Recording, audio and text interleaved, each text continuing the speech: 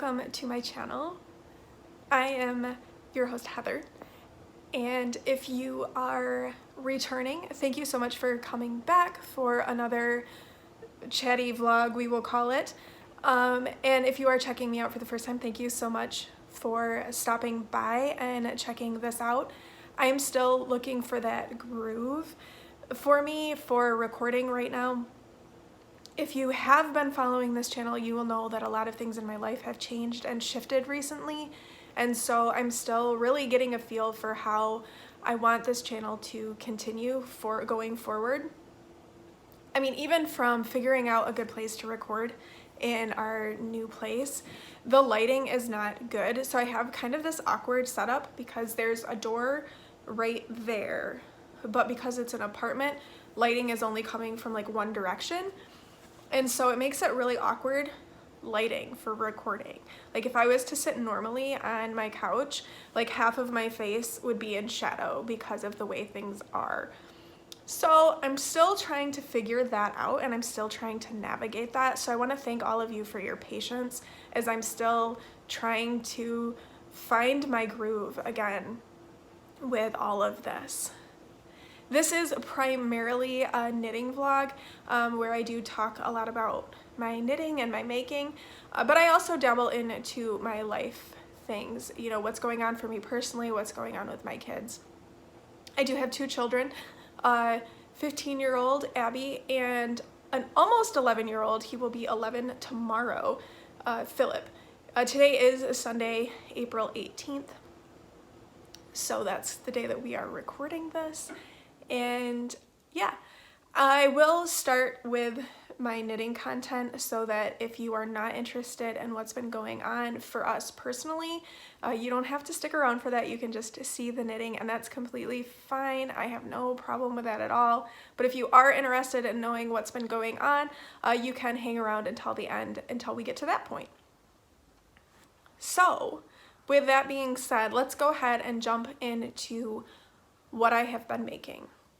Just as a quick comment, the breaks that will happen throughout the video are because I need to take the break to catch my breath. So if that creates a choppy flow, I apologize for that, but it's necessary for what I need to do for myself.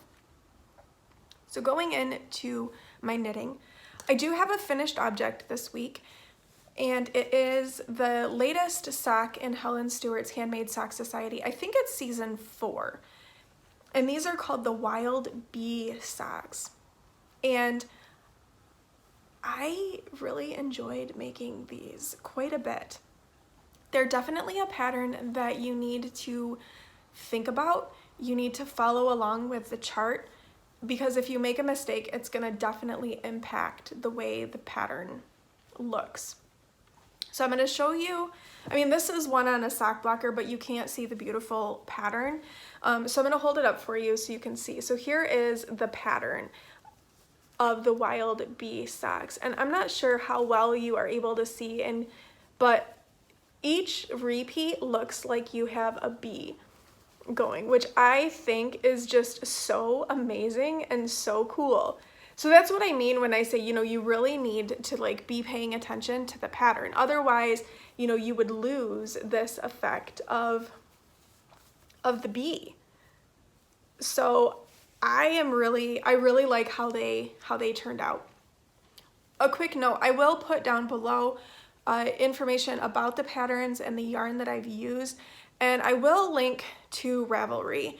And I do want to just take a quick moment to comment on Ravelry, because they have gotten rid of their classic view and gone just to the new format, which is causing a lot of problems for people visually. I know for me personally, I don't usually have like audio visual issues, but it's almost like an instant headache as soon as I visit their page. And I've tried the different styles, and I'm struggling with Ravelry, and I don't typically have problems like that. So I am considering perhaps creating like a separate blog where I can put details about my projects for that reason, if people want to go and look specifically at my projects. they can go and do that. I know a lot of designers are starting to look at other ways to get their patterns out.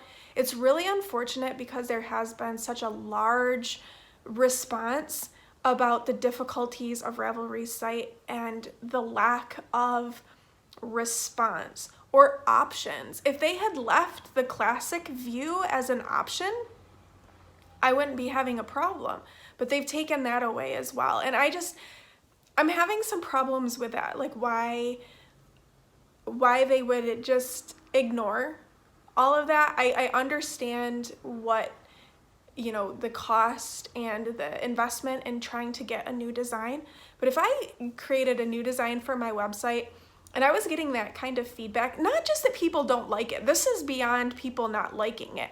This is like to the point that it's causing health issues with people.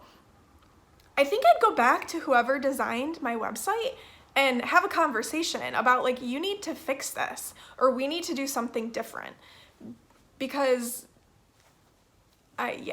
that's a whole other side rant that I'm not going to go much more into, but I am considering doing that. So if you are somebody who is having a problem with Ravelry and it is bothering you quite a bit, let me know. If there is enough of a demand for that, I will look into doing that, just to make it easier for those of you who are struggling with Ravelry. Like I said, I don't really want to be on there very long myself. So anyway, back to the pattern. So the Wild Bee Socks by Helen Stewart of A Curious Handmade. The yarn that I used is from it's from Baah Wool, La Jolla. Is it Baah Wool or Baah Yarn? You know who I'm talking about. But it's their La Jolla base, and the colorway is something saffron.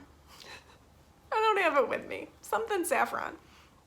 But I went to my local yarn shop. I had a gift card from my mom that I had gotten for Christmas for there, and I hadn't used it yet. And when I saw this pattern, and I went in my stash and I didn't have anything that was really that golden color that was gonna work, I went to my local yarn shop and I saw this yarn and it was perfect. So just a few other little details. This is 64 stitches, which is my typical number of stitches for socks. I use a 1.5, a US 1.5 needle. I think that's 2.5 millimeters for my socks. That's my go-to recipe. It's a 1x1 twisted rib. It is a heel flap and gusset, which you can see better here on the sock blocker, with, I believe this is called the Eye of Partridge heel, which is a really nice, it kind of gives like a honeycomb effect, which works really well for the theme of the sock. And then I always do a rounded toe because that's what fits me the best. So I always recommend Helen Stewart's patterns because she writes them so beautifully and they're so easy to follow and understand.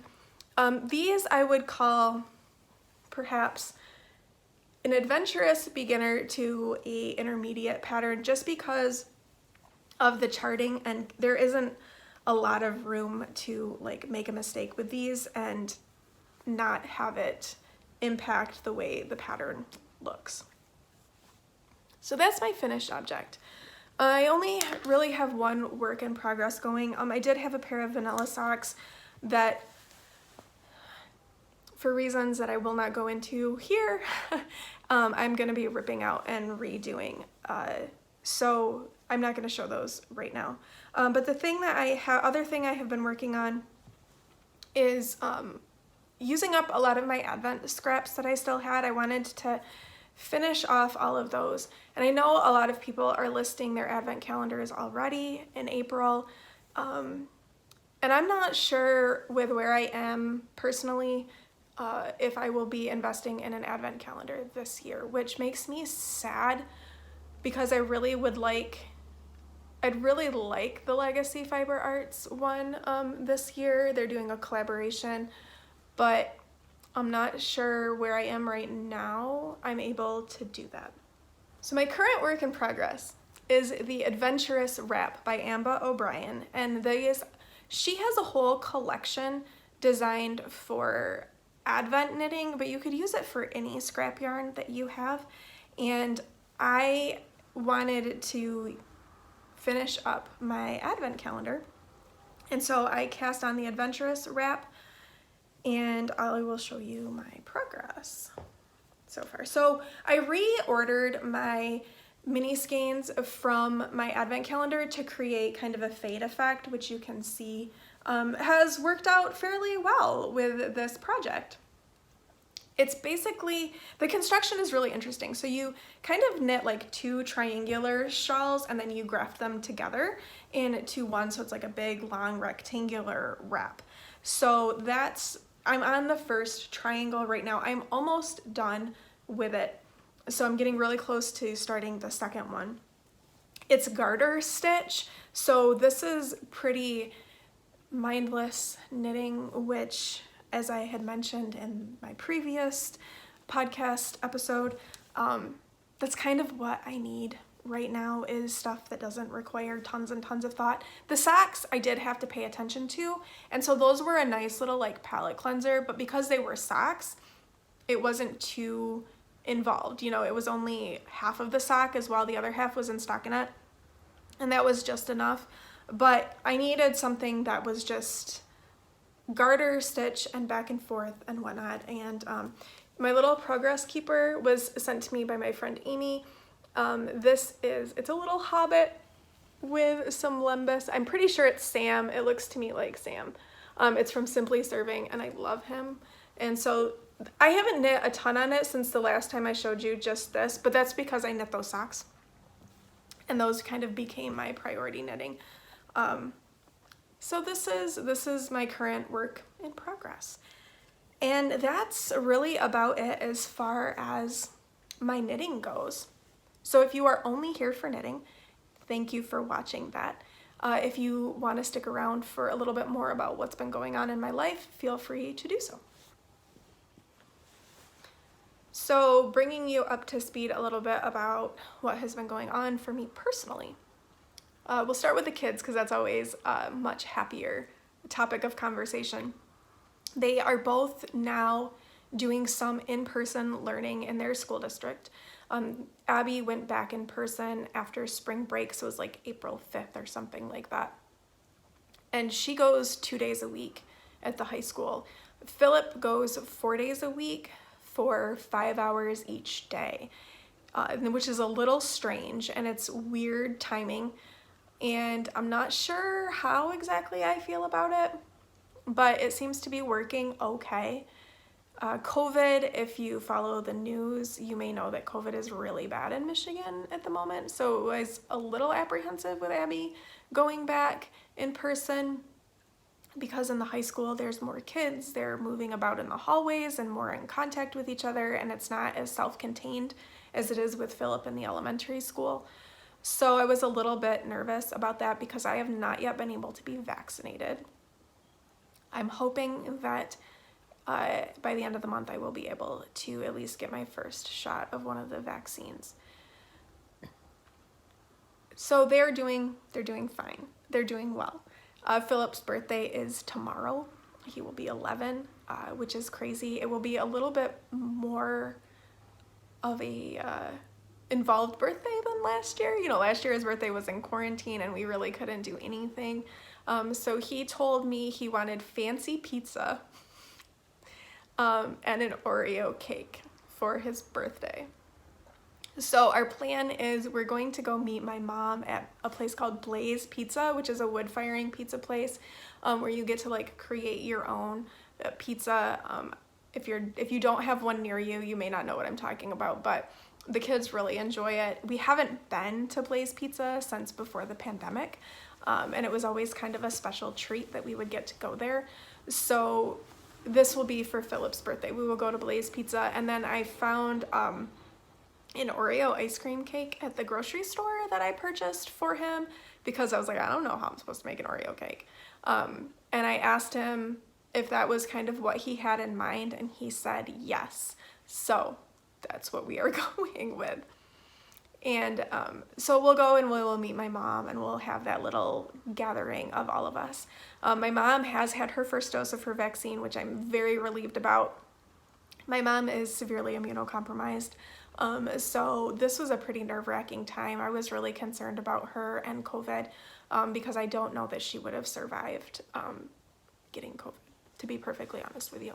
So I'm so glad that she's having that We have seen her because we've all been in our isolated bubbles, and she's not going anywhere and we're not going anywhere, and so we have felt comfortable interacting with each other. So we have done a little bit of that with her as things have, you know, not when things have been really bad or if there's a potential of an exposure or anything like that, but we have been able to spend some time with her. So that has been very nice. So that's the plan for Philip and his birthday. Abby is just kind of chugging along through high school. I'm glad that she's able to be back in person, to be honest with you. It was pretty difficult for her in some ways not to have that. She had some social interaction in the fall during the diving season, but in the winter she didn't really have a whole lot. So this will be good for her. For me personally, I am still going through and struggling with the chronic fatigue, the shortness of breath. All of that is continuing and persisting. I did see my primary care doctor at the beginning of April, and he would like me to see a cardiologist. I'm going to have an echocardiogram at the end of the month and wear a heart monitor, because one of the things that happens with me is that my heart rate varies a little bit, and there's some heart issues that can go along with a lot of the symptoms that I'm experiencing. So that's kind of where we are pursuing next. It has not been an easy period of time for me. I have been going through a lot of feelings of grief and loss, because pretty much everything in my life got upheaved and changed.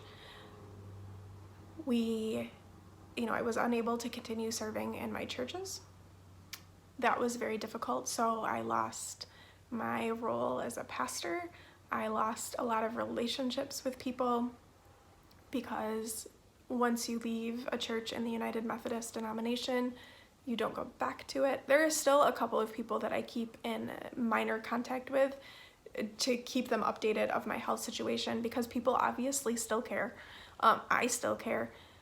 And that's been very difficult. We had to move because I previously lived in a parsonage, which was owned by one of my churches. So we had to move. We are now in an apartment. I am beginning the process of trying to purchase a home, which is really stressful and really nerve-wracking, to try to see if you can purchase a home when it's just you. It's one income. And it's not a very big income because it's a disability benefit income. So that is very stressful and challenging. We lost our dog, Flint. So if you have been a longtime viewer of this, you will know that we had a very large, goofy, lovable, delightful Rhodesian Ridgeback named Flint. We had to put him down before we moved because he had developed a massive tumor on his chest that was pushing on his airway. I think I talked about this a little bit in my Vlogmas, because that's when I found out about it, and I was pretty devastated. So losing him has been really devastating. There's been a lot of change. There's been a lot of loss, a lot of upheaval. So I have been going through a lot of that and processing a lot of that, and it has not been very easy. Yes, my faith has helped me through that in many ways, but at the same time, sometimes you know that God is there with you, but sometimes you want that person with skin on. And so it has been a very challenging and very trying period of times, and I don't want to mince words about it and try to play it off like it hasn't been incredibly painful and incredibly difficult, because it definitely has been.